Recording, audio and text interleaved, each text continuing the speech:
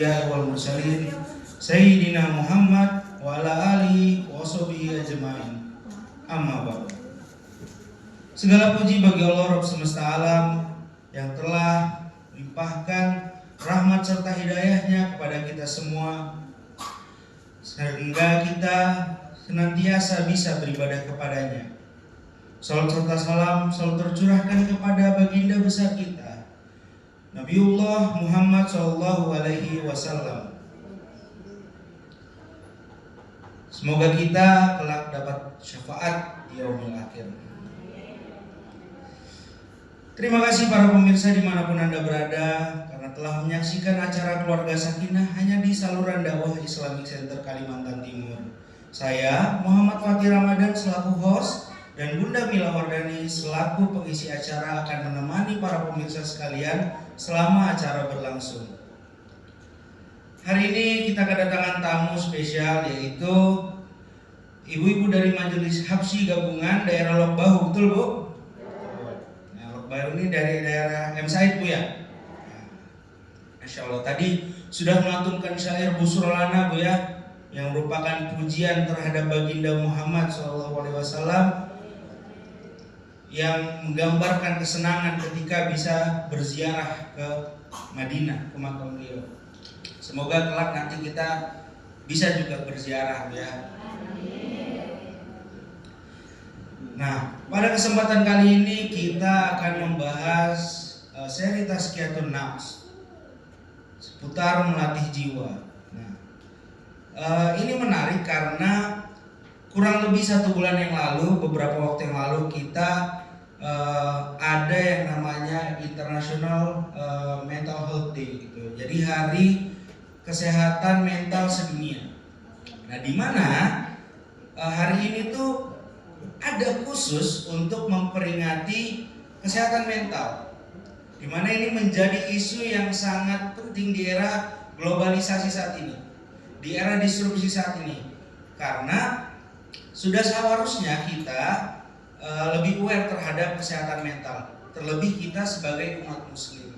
Nah, dalam agama kita juga diajarkan bagaimana sebenarnya semua ritual ibadah kita, dari sholat, puasa, zakat, itu merupakan bentuk tazkiyatun nafs, bentuk menyucikan jiwa, membersihkan diri dari kemusyrikan dan dari cabang-cabangnya gitu. Nah, itu merupakan salah satu bukti bahwasannya Islam sangat aware terhadap kesehatan jiwa.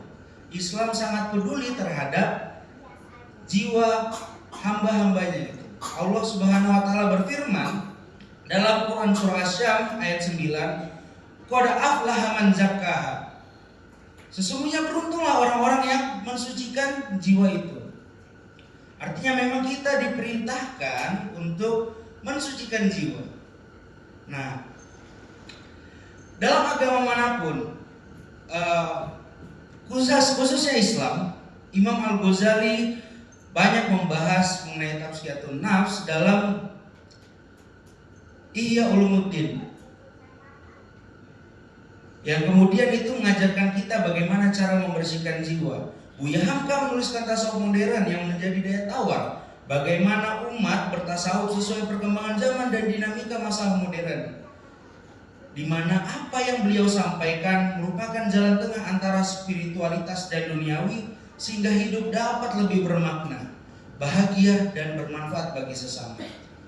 Banyak pula dari sudut pandang agama lain yang menuliskan buku psikologi kontemporer yang mengajarkan hal yang serupa, bahwasannya ritual keberagamaan, ritual agama itu merupakan bentuk meditasi yang bermanfaat bagi jiwa. Antara lain penulisnya seperti Huston Smith, Karen Armstrong, Wayne Dyer. Nah, ini menggambarkan sebetulnya begitu penting pondasi agama dalam setiap kehidupan manusia gitu. Ya, khususnya untuk melatih jiwa. Mari kita simak penjelasan lebih lanjut mengenai tazkiyatun nafs, spesifiknya terhadap permasalahan jiwa ini. Kepada Bunda Mila Wardani, dipersilahkan. Terima kasih. Assalamualaikum warahmatullahi wabarakatuh. Alhamdulillahirrabbilalamin. Wassalatu wassalamu ala asrafil anbiya'i wal mursalin Sayyidina Muhammad wa ala alihi wa sahbihi ajma'in, amma ba'du. Ibu-ibu yang berbahagia, subhanallah cantik sekali hari ini penampilannya, Bun. Iya, merah-merah gitu ya, ayu-ayu, Masya Allah. Subhanallah, kita bertemu kembali Bunda ya pada program Keluarga Sakinah. Nah, dalam fakta yang kita hadapi di kehidupan kita, ternyata jiwa ini, penyakit jiwa ini, penyakit yang seringkali tidak dianggap, Bunda ya. Penyakit yang seringkali kita tidak hiraukan dibanding dengan penyakit yang ada pada badan kita. Ya, Masya Allah nih ya, suka sekali kita, sehingga karena kita tidak menghiraukan itu, tidak kita anggap penyakit. Kalau sudah parah, sudah terlampau parah dan menjadi satu kasus yang membahayakan, barulah kita sadari ini ternyata sebuah penyakit.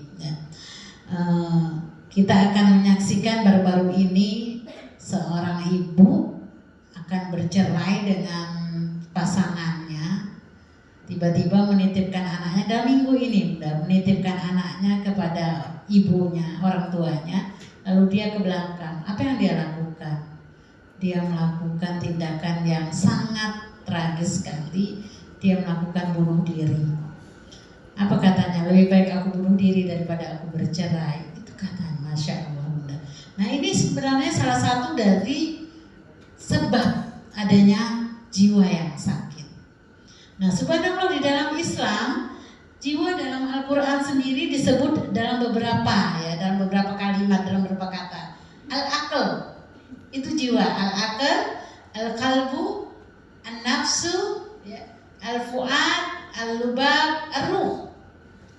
Jadi jiwa itu dengan berapa kata ya dalam Al-Quran. Kita seringkali menyebut jiwa itu dengan an-nafs atau ar-ruh atau al-qalbu, ya. Nah, konsep jiwa ini apa sebenarnya? Konsep jiwa ini dalam psikologis Islam adalah satu pemeran utama untuk mengorganisasikan seluruh potensi diri manusia dalam menjalankan tugasnya. Nah, ini Bunda, jiwa ternyata pemeran utama dalam mengorganisasikan dirinya untuk seluruh potensinya. Nih Bun, makanya Bun ya, kalau kita dalam diri kita keadaan berjiwa apa Bun? Ya, mati sudah Bun ya? Iya. Kalau keadaan nafsu juga mati. Ya. Hidup tapi sebenarnya tidak ada kehidupan gitu ya. Kita bayangkan orang yang tidak ada energi nafs di dalam dirinya, dia mati sebenarnya. Nah, Masya Allah, bunda-bunda yang berbahagia, bahkan di dalam satu hadis Rasulullah mengatakan, inna fi jasadin ibnu adam mudghah. Sesungguhnya di dalam jasad, di dalam tubuh anak Adam itu ada segumpal darah, segumpal daging. Jika ia baik, maka baik pula seluruh jasadnya dan seluruh aktivitas badannya menjadi baik. Wahia qalbu, segumpal daging itu adalah hati. Nah, itu juga ya, hati juga disebut jiwa, Bunda ya, di dalam Islam ya, hati itu juga disebut jiwa. Subhanallah, bunda-bunda yang berbahagia. Ada hadis Rasulullah juga mengatakan bahwa sungguhnya di antara musuhmu yang paling buruk adalah nafsu yang berada pada rongga tubuhmu. Nah, dikatakan musuh yang paling buruk adalah nafsu yang ada pada rongga tubuhmu. Ya. Kenapa jiwa dikatakan menjadi musuh? Jika ia menjadi, jika ia merusak diri kita. Kenapa? Ia yang menggerakkan aktivitas tubuh kita kan, Bunda? Iya kan? Kalau ia baik, jiwa itu baik, maka seluruh aktivitas tubuh kita juga baik. Maka Masya Allah, bunda-bunda yang berbahagia, perjalanan kehidupan kita, dalam pergaulan kita akan temukan orang-orang yang berpenyakit seperti ini, Bunda. Masya Allah, kita kenali diri kita juga, begitu ya Bunda ya. Nauzubillah min dzalik, jangan sampai juga demikian ya. Kenapa? Karena Masya Allah di dalam Islam sendiri ternyata Allah menggambarkan orang-orang yang berpenyakit itu di dalam Al-Quran tuh ya. Apabila mereka bertemu dengan kita, orang-orang munafik itu apabila bertemu dengan kita, dia akan mengatakan, sungguhnya kami beriman. Tapi wa iza ghalau ila sayatinihim, apabila mereka datang kepada setan-setan mereka, apa yang mereka katakan? Innama nahnu mustahzi'un. Sesungguhnya kami ini bersama kamu. Ini orang-orang munafik itu begitu. Kami ini bersama kamu. Kami ini hanya mengolok-olok saja. Kami ini tidak beriman. Ketemu orang beriman begitu dia. Tapi ketika dia bertemu dengan temannya, sesamanya, dengan setannya, di sini dikatakan oleh Allah ya dalam Al-Quran ini, bertemu dengan setannya, kembali lagi dengan teman-teman, kami ngolok-ngolok aja. Kami hanya ngolok-ngolok aja mereka itu, pura-pura aja beriman. Nah maka Bunda, Masya Allah, ternyata penyakit munafik itu penyakit jiwa. Ya. Kenapa? Orang yang munafik kan ayatul munafik salasun. Tanda-tanda orang munafik ada 3. Ijahadasa kadzaba. Apabila ia berkata-kata, dia bohong. Iya kan? Dia bohong. Apabila dia apa? Dia berjanji, dia tidak menepati. Dia bisa berkomitmen. Apabila dia diberi amanah, dia hianat. Ini penyakit jiwa ternyata Bunda. Masya Allah ya. Dr. Zakia Drazat barusan meninggal tuh beliau. Beliau ahli jiwa, perempuan, ya. Kenal ya Bunda ya. Zamannya saya dulu, beliau itu ya. Dia seorang dosen perempuan, ahli jiwa juga, doktor. Beliau mengatakan bahwa penyakit jiwa itu sama persis seperti apa yang dikatakan di dalam Islam. Ya, salah satunya adalah was-was. Was-was itu ternyata salah satu ciri penyakit jiwa Bunda. Nah, untuk bilang jalik ya, iri dan dengki. Iri dengki. Makanya dalam hadis Rasulullah mengatakan hati-hati ya. Hati-hati terhadap penyakit dengki. Ia seperti api yang memakan kayu bakar. Bun, kalau ada orang yang dengki itu apa? Dia akan apa itu ya? Dia akan marah kepada orang yang mendapatkan nikmat. Ya kan? Tapi akan senang ketika orang mendapatkan musibah. Tuh orang dengki seperti itu tuh. Berusaha menghancurkan orang. Dan itu ternyata penyakit jiwa Bunda. Masya Allah. Termasuk apa lagi Bunda? Ini nih dalam buku Zakia Drazat sendiri mengatakan hati-hati dengan marah. Marah juga bisa menjadi penyakit jiwa juga ternyata Bunda. Kenapa sampai demikian? Ya marah yang tidak terkendali ya kan Bunda ya, yang menyebabkan kerugian pada orang lain. Bisa terjadi kan Bunda? Ada orang marah, makanya dalam Islam la taqdab walakan zana. Janganlah engkau marah, maka bagimu surga. Masya Allah Bunda ya, kita mama ya. Mama ini mudah sekali ya. Kenapa? Ya karena dengan segala aktivitas kita yang begitu berat, dengan kecapean yang ada pada kerjaan yang diserahkan kepada kita, dengan tanggung jawab yang besar, ya kan? Bisa terjadi kita bisa juga marah ya Bunda ya. Barusan tadi ditinggal bersih rumah ini, kenapa ligat lagi? Sekalinya anak habis bahamburan, ya. Nah, bisa jadi kita juga seperti itu Bunda, Masya Allah. Ternyata tidak lepas daripada kondisi kita. Nah, bunda-bunda yang berbahagia, jiwa ini ternyata keterkaitan dengan akhlak kita, akhlak sebagai seorang yang beriman. Karena itu, masya Allah, Rasulullah diutus untuk memperbaiki akhlak. Nah, Islam sudah mengaturnya, ya, mengatur untuk berakhlak baik, dan akhlak inilah yang menjadikan kita menjadi seorang hamba yang akhlakul karimah. Lalu apa? Dengan akhlakul karimah itu kita menjadi seorang yang beriman, yang tenang dalam kehidupan kita. Ya bunda ya. Lagi-lagi bagaimana kita bisa menenangkan jiwa kita, menstabilkan jiwa kita ini agar tidak berkembang menjadi sebuah penyakit tadi ya bunda ya.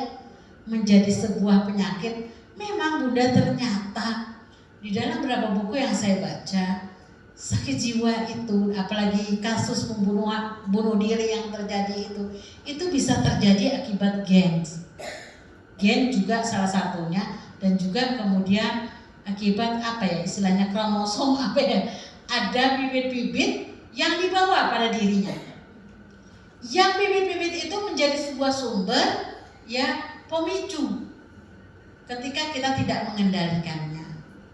Maka ada bibit-bibit penyakit itu tadi yang saya katakan, mudah marah ya kan, was-was ya kan. Ada lagi, apalagi yang termasuk penyakit jiwa itu adalah sombong bunda. Sombong ternyata penyakit jiwa juga bunda ya, sombong.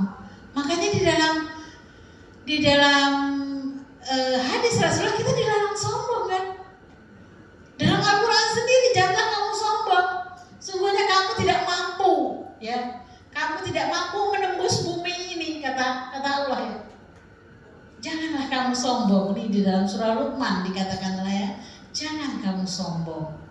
Masya Allah ya. Nah sehingga memang sombong ternyata salah satu penyakit bagi jiwa ternyata. Nah sehingga bagi kita apa obatnya bagi penyakit jiwa ini ya? Mudah-mudahan obat bagi penyakit jiwa yang pertama sekali bunda, kalau kita alhamdulillah kita ini sebagai orang yang beriman ya, sudah ditanamkan nilai-nilai keislaman oleh Allah Subhanahu wa taala. Pertama sekali obat penyakit jiwa itu sesungguhnya beriman kepada Allah. Ya kan bunda? Ya beriman. Dan sebagai orang beriman ia dituntut untuk mampu menaklukkan dirinya, mengendalikan dirinya, mengendalikan jiwanya. Tadi kan kalau dia marah, dia mampu mengendalikan amarahnya. Maka di dalam hadis Rasulullah, bukanlah orang yang kuat itu seorang yang kuat badannya dan mampu mengalahkan orang lain kata Rasulullah, tapi seorang yang mampu mengendalikan amarahnya. Kita kadang-kadang kan sempat mampu mengendalikan amarah ya, udah habis. Terkeluar apa bu? Kadang-kadang kalimat yang terkeluar ya kan, yang tidak pantas kita ucapkan mestinya terkeluar kalimat itu karena dalam kondisi emosi. Bahkan bukan hanya kalimat yang keluar ya kan, kalimat-kalimat yang buruk yang keluar, tapi juga kadang-kadang tindakan yang buruk yang kadang-kadang keluar. Makanya seringkali kita temukan ada kasus-kasus KDRT yang terjadi, kekerasan dalam rumah tangga, kekerasan terhadap istri, kekerasan terhadap suami, kekerasan terhadap anak. Jadi KDRT itu bu tidak hanya melulu mengenai para ibu ya, nggak hanya melulu ya, tapi itu bisa terjadi kepada suami loh bu. Ya, ada satu hari dalam ketika saya melakukan konseling, seorang datang kepada saya mengadu, seorang suami ini ngadu, pun saya habis di apa ya di belakang saya ini sama istri saya sama parang. Ya kan bisa terjadi seperti itu. Jadi bukan hanya cuman bunda, kebanyakan yang menderita KDRT itu adalah si istri ya kan. Kenapa? Karena tadi juga bisa harus diperhatikan ketika kita dalam kondisi emosi ya kan, kita dalam emosi lalu lisan kita tidak mampu kita kendalikan, kita sembarang ucap ya bunda ya. Nah lalu suami sudah diamlah kamu, kan suka begitu tuh, kita tidak bisa berdiam, melenceng terus. Apa yang terjadi? Goyah kakinya, akhirnya yang berlaku apa? Tangannya yang melakukan, ya, yang memukul, ya kan, yang menggampang, ya. Bahkan ada kasus terjadi itu, bahkan sampai nauzubillah min dzalik, sampai membunuh ya bunda ya. Nah ini yang terjadi. Nah ini akibat apa? Gangguan jiwa ternyata. Subhanallah, mudah-mudahan bagi kita orang yang beriman, tentunya kita beriman kepada Allah dan Rasulnya, maka Allah dan Rasulnya mengatur untuk diri kita ini, ya kan? Tadi disampaikan oleh host tadi ayat Quran, qad aflaha man zakkaha. Beruntunglah orang-orang yang membersihkan jiwanya, ya kan? Orang-orang yang selalu mensucikan jiwanya. Bagaimana orang-orang yang selalu membersihkan jiwanya dan mensucikan jiwanya itu? Apa yang harus dilakukannya? Di dalam kitab Tazkiyatun Nafs dikarang oleh, ya, di dalam Tazkiyatun Nafs dikarang oleh subhanallah ulama besar kita. Dia mengatakan bahwa, saya lupa nih, penulisnya lupa, masya Allah bisa lupa. Iya. Bahkan dalam kitab Ihya Ulumuddin Imam Ghazali juga menyatakan bahwa mensucikan jiwa kita itu adalah dengan melaksanakan perintah-perintah Allah itu. Sholat, salah satunya mensucikan diri kita, membersihkan jiwa kita, memberikan ketenangan pada diri kita. Ya kan Bun? Ala bizikrillah tasma'inul qulub. Dengan mengingat Allah hati kita kan tenang. Bun, kita ini sebenarnya dalam jiwa kita ini sukanya apa? Sifat manusia ini suka berkeluh kesah kan Bun? Iya, kita suka berkeluh kesah. Tapi keluh kesah kita kalau tidak didengarkan orang, ya. Saya sering kali ketemu klien saya, dia cukup kita dengarkan saja, ada apa Bun? Dengarkan aja 1 jam. Nelpon itu 1 jam. Habis telinga saya sakit. Ya, 1 jam, bayangin Bun, dengerin aja. Makanya sering saya speaker dan masuk kamar saya. Kalau ada klien nelpon, saya masuk kamar, saya speaker aja. Kenapa? Ternyata telinga saya sering kali menerima telepon sakit. Ya, akibat kena radiasinya. Mendengar keluh kesah dari klien itu. Nah, tapi tempat kita berkeluh kesah itu siapa? Allah Subhanahu wa taala. Ya. Allah yang bisa kita percaya, Allah yang mau mendengar, dan Allah tidak pernah mengeluh ya. Kalau kita manusia, aduh mak orang lawasnya, sudah sejam, ini kan berhenti. Ya kalau kita mendengar, kayaknya ngadu laginya tuh, parak-parak setumat laginya tuh, bopender tuh.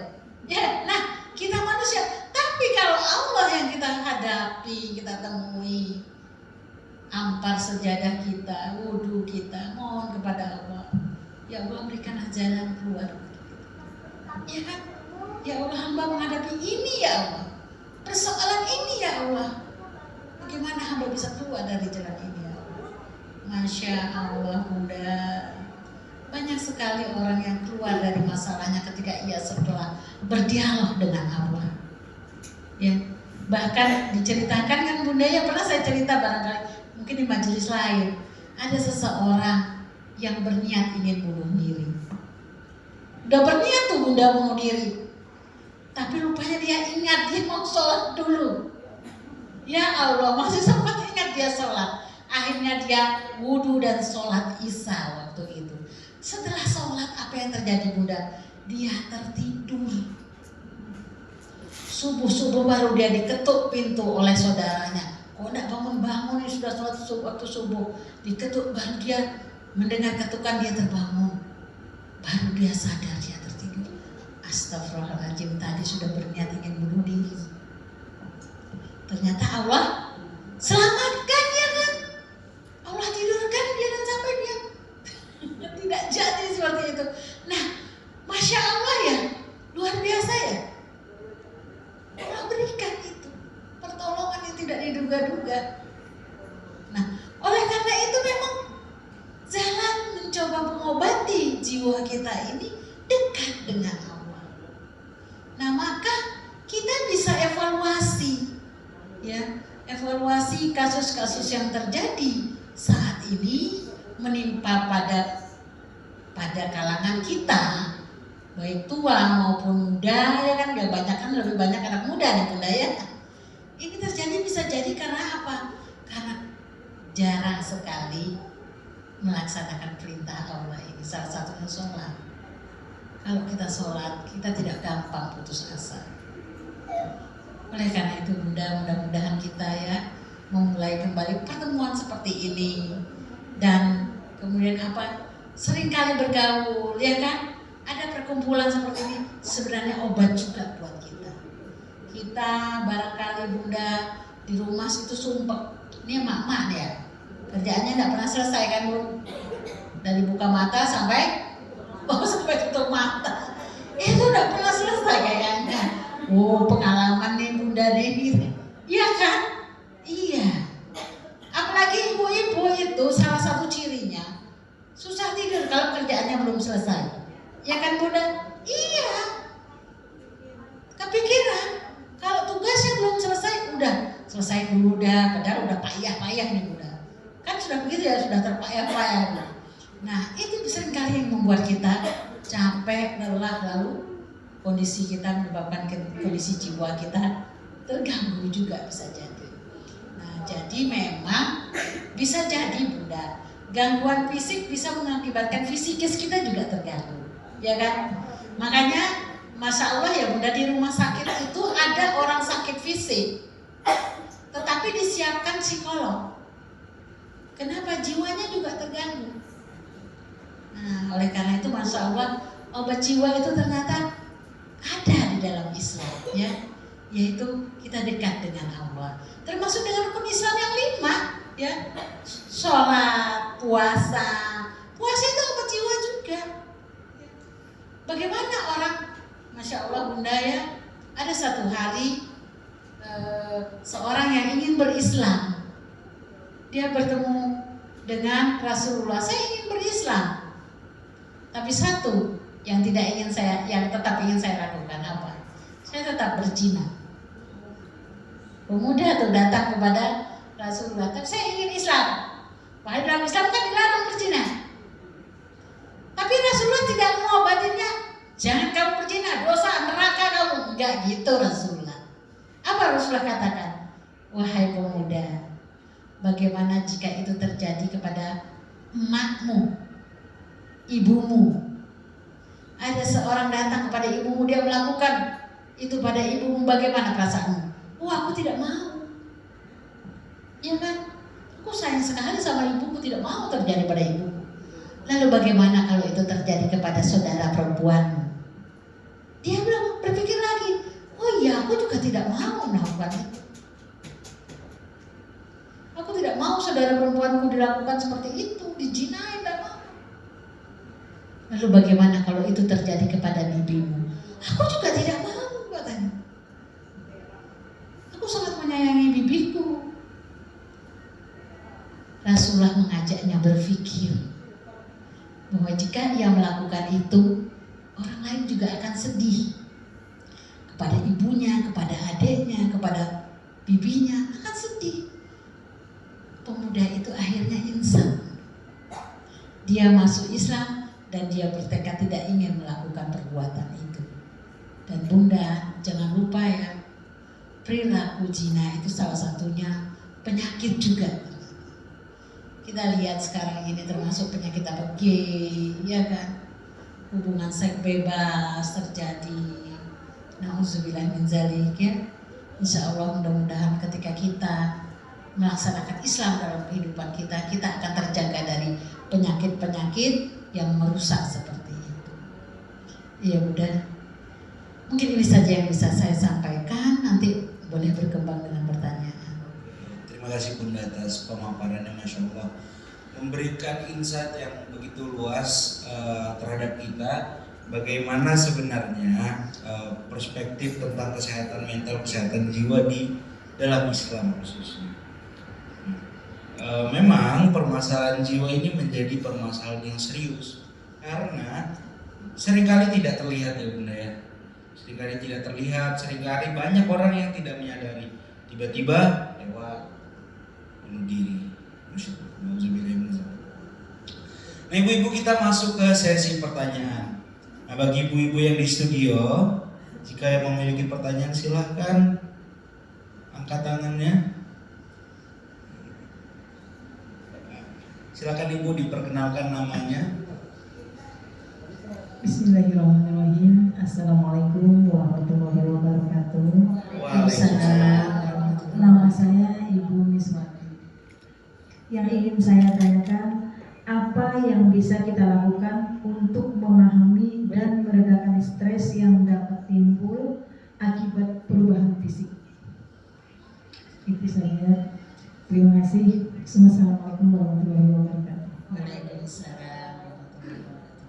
Perubahan fisik apa? Fisik gendut dari kurus menjadi gendut, atau juga bisa terjadi bunda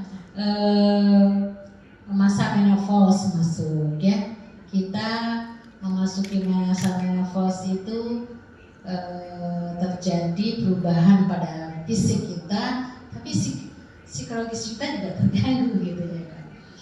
Sebenarnya perubahan itu memang alami bunda. Orang akan masuki masa menopause ketika usia 45, 50 tahun itu udah masa menopause yang terjadi, di mana kita tidak lagi haid ya kan. Sama seperti ketika kita memasuki haid kita terkajut. Ini sudah tidak haid, terkajut lagi ya kan. Tapi yang jelas di setelah proses memang alami yang terjadi pada kita ketika itu terjadi. Artinya masa menopause itu masuk, kita sudah menyiapkan diri kita untuk masuk ke hari manula, manusia apa itu? Lanjut usia. Tapi manula itu ternyata bunda ada yang mengatakan di usia 60 ke atas, bukan 50 gitu ya.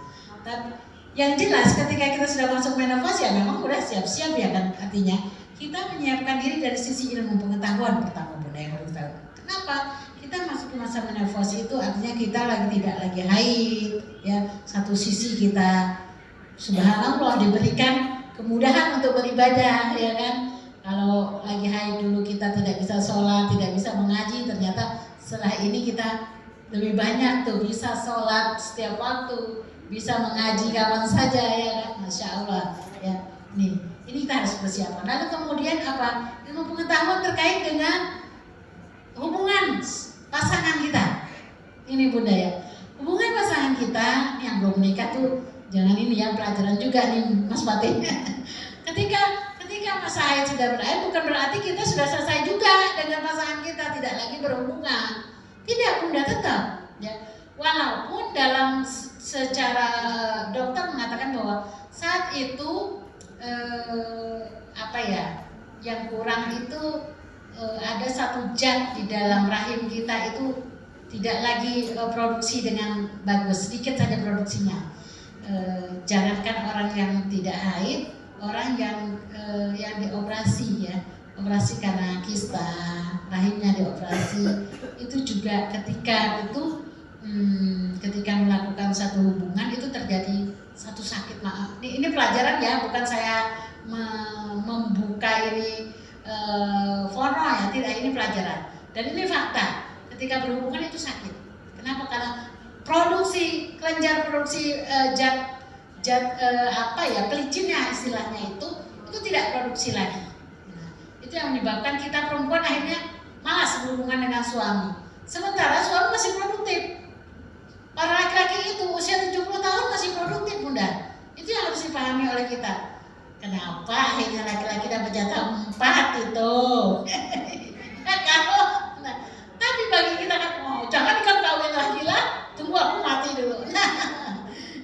Ternyata ketika kita masuki masa menopause itu, kita tidak lagi mengeluarkan satu zat yang membuat kita nyaman. Akhirnya saya temukan satu kasus itu bunda, udah pisah ranjang, pisah kamar bahkan, ya, suami di sana, istri di sana. Padahal para laki-laki itu masih membutuhkan kasih sayang, masih membutuhkan perhatian, sama seperti kita bunda. Walaupun usia tua kita juga masih perhatian sebenarnya bunda, masih perlu perhatian. Nah, Yang harus dilakukan adalah biasanya di dunia kesehatan itu sudah menyiapkan ya, di apotek itu menyiapkan ada alatnya. Ada satu minyak yang mengganti untuk reproduksi kita yang tadi hilang. Ya, bukan alat reproduksi ya, minyak kita yang hilang tadi ada. Nah, itu bisa kita bisa beli di apotek itu. Kenapa? Karena perempuan walaupun dia tidak lagi tidak lagi sudah menopause, terus keinginan seperti itu tidak lagi ada, kita punya kewajiban untuk tetap menjaga hubungan cinta kasih kita dengan pasangan kita. Ini yang harus diperhatikan ya Bunda ya. Perhatian kita, kasih sayang kita tetap kita perhatikan kepada pasangan kita untuk menjaga loh Bunda, untuk kita sehidup sesurga kan pengennya sehidup sesurga nih. Tapi kalau kita sudah abah jangan parak-parak, sudah tua gua tuh. Nah Bunda kena kalau orang marah ini sabik. Ya kalau halal dua pasti biar sudah tua kita halal Bunda. Ya tetap dia ingin berkasih sayang, tetap kita lakukan sayang. Abah pengen dilayani apa? Pengen makan, pengen disuapin. Ya tetap kita layanin. Jangan tinggalkan itu, ya. Jangan tinggalkan itu di usia kita. Bahkan itulah yang kita rawat. Kenapa? Karena kita ini uswah Bunda. Kita ini adalah contoh, suri teladan bagi anak-anak kita. Ketika dia melihat kita akur dengan ayahnya, anak kita tahu, oh iya beginikah dalam rumah tangga itu. Jangan sampai kita menjadi contoh yang buruk bagi dia juga kan.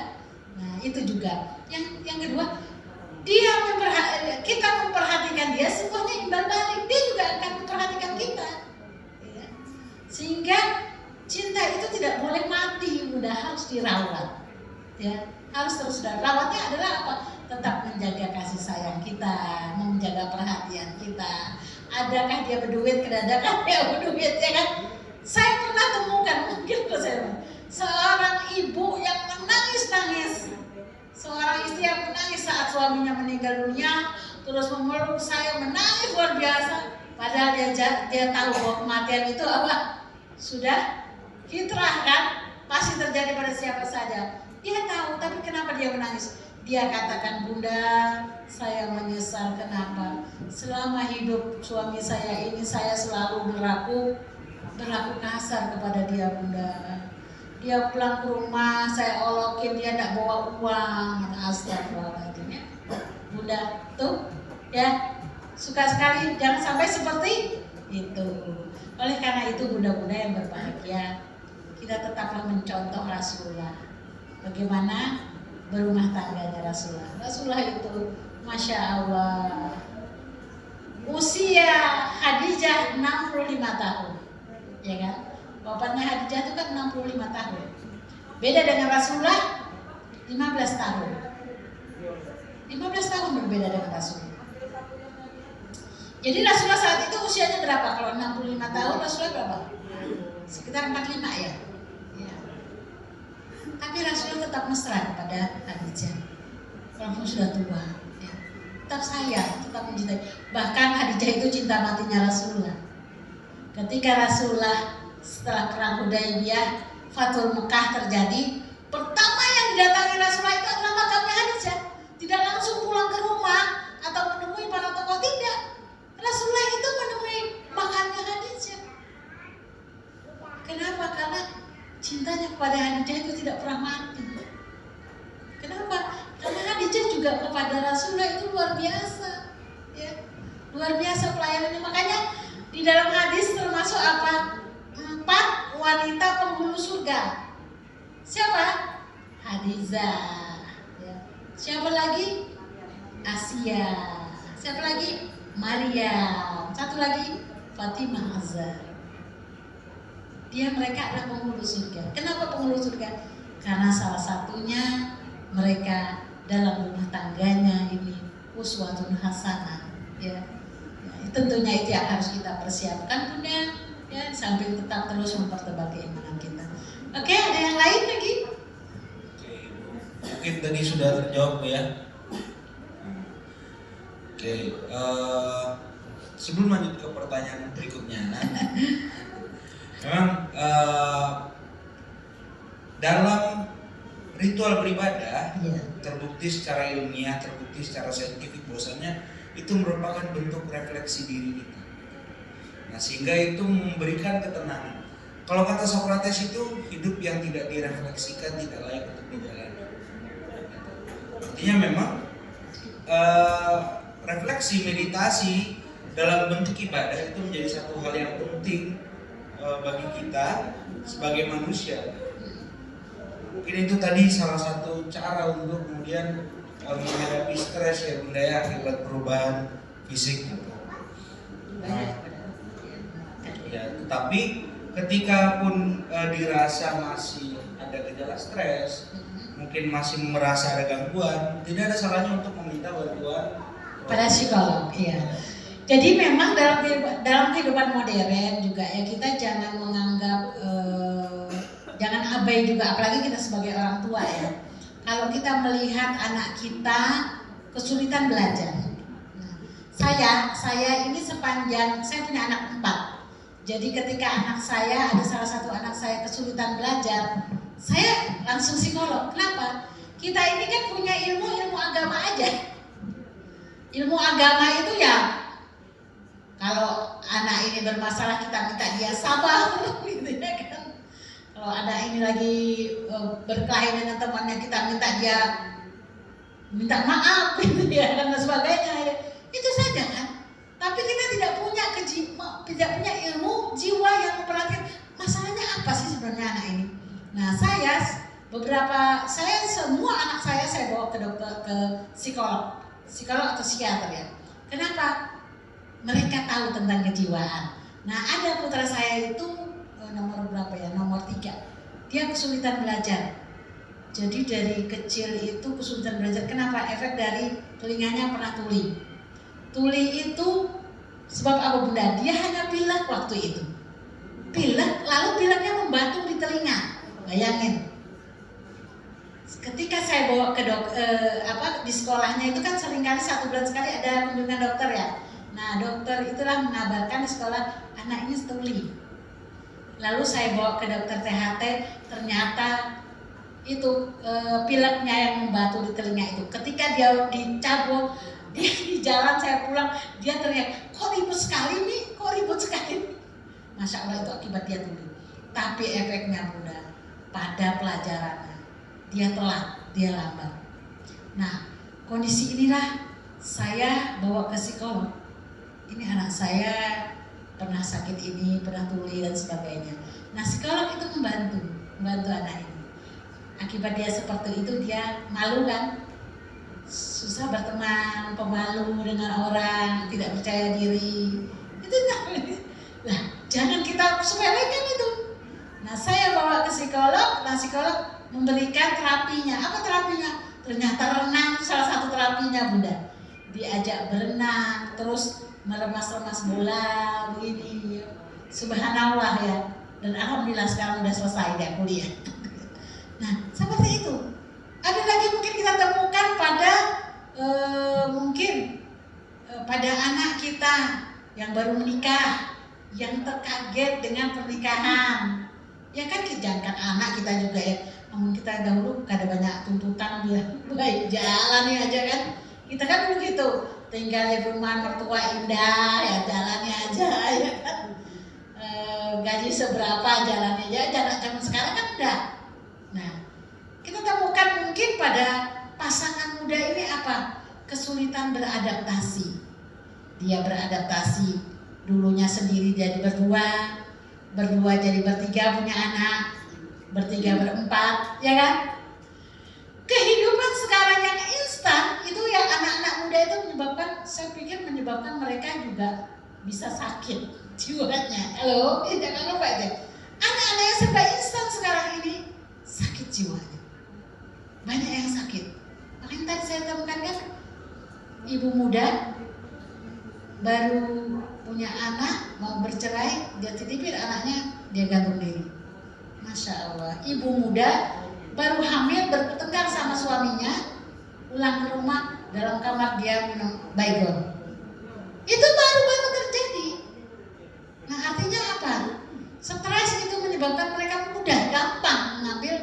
sebuah tindakan yang tragis. Nah ini tetap kita awasi mak-mak. Kalau kita punya anak sudah menikah, bukan berarti kita sudah lepas nih. Ya, sudah anak kita sudah bebas nafkah nikah, sudah berisi laki dengan laki kita aja. Tidak. Kita mak-mak tetap memperhatikan nih, ada apa ini anak, kenapa dia begini. Harus tetap juga. Walaupun tidak seluruhnya kita ambil alih ya bunda, enggak juga gitu. Nanti dia aku campur aja mama ini. Ya, tapi itu menjadi bagian dari apa? Kita mencoba membantu dia. Saya beberapa kali kepada pasangan-pasangan muda itu, saya kalau mereka datang ke saya untuk konsultasi, saya tidak bisa memberi pengobatan, saya ajak psikolog. Walaupun psikolog memang berobat ya, berobat juga sih. Ada juga pasangan yang kemarin itu kasusnya adalah soal seks bunda. Perlakuan keras, seks yang menyimpang itu loh, memukul ini, nah itu terjadi pada istrinya. Saya ajak dia ke psikolog. Kenapa? Hanya psikolog yang bisa mencari penyelesaiannya. Kalau kita agama ini kan sabar, gitu ya keluarga kan, sabar, jangan lupa ya sholat. Ya sudah sholat, sudah sabar nih. Tapi kan tidak bisa membantu menyelesaikan akar masalahnya. Tapi kalau mereka kita ajak ke psikolog, insya Allah itu. Nah kalau sudah parah sekali baru psikiater itu biasanya dengan obat. Karena obat itu perlu juga menenangkan jiwa mereka, memberikan ketenangan pada mereka. Mereka bisa istirahat. Ada orang bunda yang mereka tidak bisa tidur. Tidak bisa tidur, itu gangguan kejiwaan loh, tidak bisa tidur. Akibat banyak asam lambungnya itu gangguan kejiwaan jadinya. Nah, biasanya psikolog itu dia memberi obat. Ya, psikiater yang memberi obat itu ya. Psikiater dia memberi obat untuk dia bisa tidur dengan nyaman. Tapi jangan keterusan, nanti obat terus tergantung ya. Harus di bawah pengawasan dokter ya bunda. Iya. Ya memang menarik bunda. Saya pernah sedang antri di Poli yang kebetulan bersebelahan dengan Poli Jiwa. Nah di Poli Jiwa itu saya tanya orangnya sakitnya apa. Kebanyakan menjawab ternyata asam lambung. Nah yang kemudian dirujuk ke Poli Jiwa. Saya pikir apa korelasinya? Ternyata asam lambung itu sangat mudah dipengaruhi oleh stres, sangat mudah dipengaruhi oleh pemikiran. Sehingga ketika obat-obatan dokter umum biasanya atau dokter penyakit dalam sudah tidak efektif, maka yang disembuhkan adalah kejiwaan. Begitu. Jadi memang sakit jiwa itu bukan hal yang tabu lagi bunda, karena seringkali kita menganggap orang sakit jiwa, orang stres ini adalah orang gila ya, seperti gelandangan di jalan gitu, seperti orang yang tidak berpakai baju gitu segala macam, orang yang hilang kewarasannya. Padahal tidak serta-merta demikian. Gitu. Bahkan kadang ada kita sendiri, setiap individu tuh memiliki gejalanya masing-masing, yang kemudian itu bisa saja meledak atau keluar di kemudian hari. Banyak sekali kemudian klasifikasi daripada permasalahan jiwa itu. Seperti sekarang ada banyak istilah-istilah baru keluar.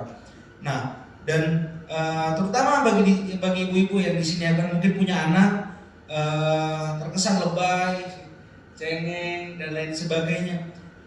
Itu juga merupakan pengaruh zaman. Nah, kita mungkin yang lebih dewasa, yang milenial ataupun boomer, yang lebih tua generasinya, itu merasa ini biasa aja kayaknya ya. Padahal biasa aja, kenapa mereka sampai sebegitunya sih gitu. Nah, mungkin kita perlu kepekaan terhadap lingkungan sekitar, khususnya ke yang lebih muda, karena memang lebih sensitif pengaruh daripada hal yang instan itu tadi. Itu tadi kenapa di era yang instan kemudian banyak orang memilih jalan instan untuk mengakhiri hidupnya. Nauzubillah. Maka itu jangan lagi kita mentabukan yang namanya penyakit kejiwaan. Mari kita lebih peduli terhadap sekitar. Mungkin kita lanjut ke pertanyaan berikutnya. Pertanyaan terakhir.